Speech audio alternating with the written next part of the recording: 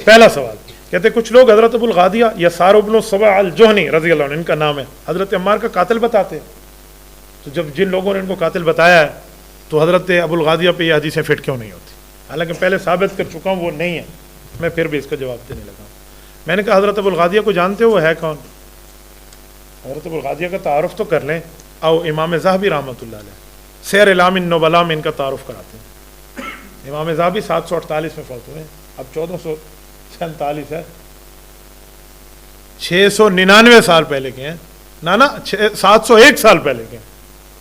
کیا فرماتے ہیں؟ کہ ابو الغادیہ صحابی بن مزینہ وکیل بن جوہینہ وجوہ العربی وفرسان آل الشام یقال شاہد الحدیبیہ ولہ حدیث مسندۃ. فرمایا ابو الغادیہ صحابی ہیں، مزینہ قبیلے اور جوہینہ قبیلے، ان میں سے کسی ایک قبیلے کے بڑے سردار رہے ہیں، عرب کے وجوہ العرب، عرب کے شاہ سوار اور وجاہت والے انسان ہیں.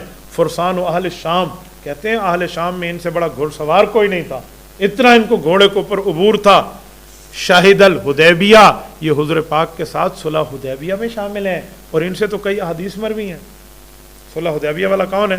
جس کو قرآن کہتا ہے لقد رضی اللہ عن المؤمنین اذ یبایعونک تحت الشجرہ، اللہ اس مومن سے راضی ہو گیا جو درخت کے نیچے حضور کی بیعت کر رہا تھا. اور حضور کیا فرماتے ہیں؟ صلح حدیبیہ والا کون ہے؟ یہ مسلم شریف کی حدیث ہے، اور مسلم شریف کی حدیث میں حضرت جابر راوی ہیں. صحیح مسلم باب من فضائل اصحاب الشجرہ حدیث نمبر 2496 ہے.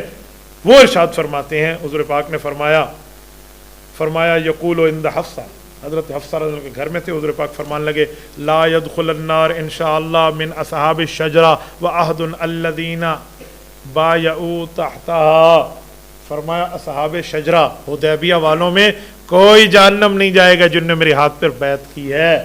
تو حضور پاک نے تو ابو الغادیہ کو جنت کی سرٹیفکیٹ دی ہے، خدا نے رضا کی سرٹیفکیٹ دی ہے، اور آپ ان کو قتل کی سرٹیفکیٹ دے رہے ہیں. آپ ان کو قاتل عمار بنا رہے ہیں، تھوڑا تو گزارا کر لیں. کیسے ان کے اوپر یہ چیزیں شامل ہوں گی؟ دوسرا سوال کہتے ہیں حضرت عمار بن یاسر کی شہادت کے بارے تاریخ الطبقات الکبریٰ میں بھی ایک روایت ہے، اور وہاں سے پتہ چلتا ہے کہ حضرت ابو الغادیہ جو ہیں وہ قاتل ہیں. یہ روایت موجود ہے، پوری کی پوری روایت ہے، ایک رکوع کی ہے، میں نے ساری لکھ دی ہے، آپ کتاب سے دیکھ لیں گے. لیکن اس کا جواب میں دیکھنے لگا ہوں. اگر اس روایت کو اتنا دیکھیں کہ ابو الغادیہ قاتل ہے، پورا نہ دیکھیں تو شبہ پڑتا ہے، لیکن پورا دیکھیں تو معاملہ کھل کے آ جاتا ہے. آؤ میں اس روایت کو پورا پڑھ دیتا ہوں. پورا کیا ہے؟ کلثوم بن جبر اور ابو حفص یہ دونوں کہتے ہیں ابو الغادیہ جو تھے وہ کہہ رہے تھے کہ حضرت عمار بن یاسر تو حضرت عثمان کو بڑی بڑی گالیاں دیتے تھے، تو میں نے سوچا تھا میں ان کو قتل کر دوں.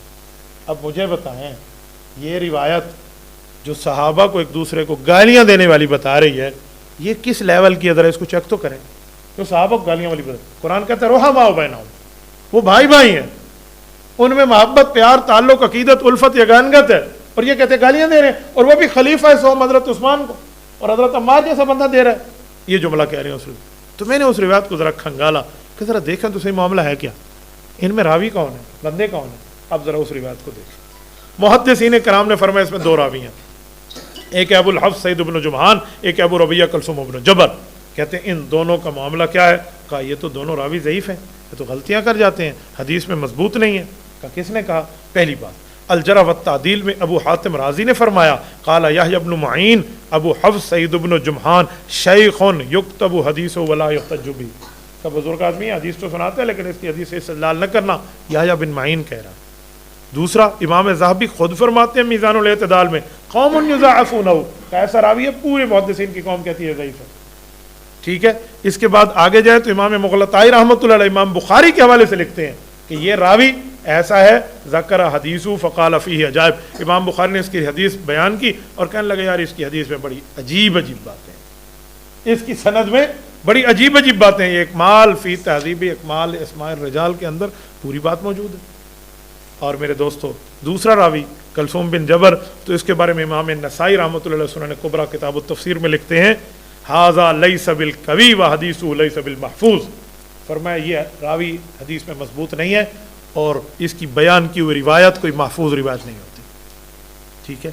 اور کلثوم بن جبر کے لیے امام ابن حبان فرماتے ہیں یروی المراسیل، مراسیل روایتیں یہ دے رہا ہے. اور امام ذابی فرماتے ہیں المغنی فی الضعفاء میں لیس بالقوی، فرمایا یہ مضبوط نہیں ہے۔ اور حافظ ابن حجر اسقلانی تقریب التہذیب میں لکھتے ہیں، فرمایا کلثوم ابن جبر البصری صدوق یخطی، سچا تو ہے لیکن خطائیں کر جاتا ہے، غلطیاں ایسے ہو جاتی ہیں۔ مجھے بتائیں ایسے راوی ہوں اس روایت کو اٹھا کے آپ یہ کہیں ابو الغادیہ قاتل ہے اور اندر یہ بھی لکھا ہو کہ حضرت عثمان کو عمار بن یاسر گالیاں دیتے تھے، کوئی مانے گا اس روایت؟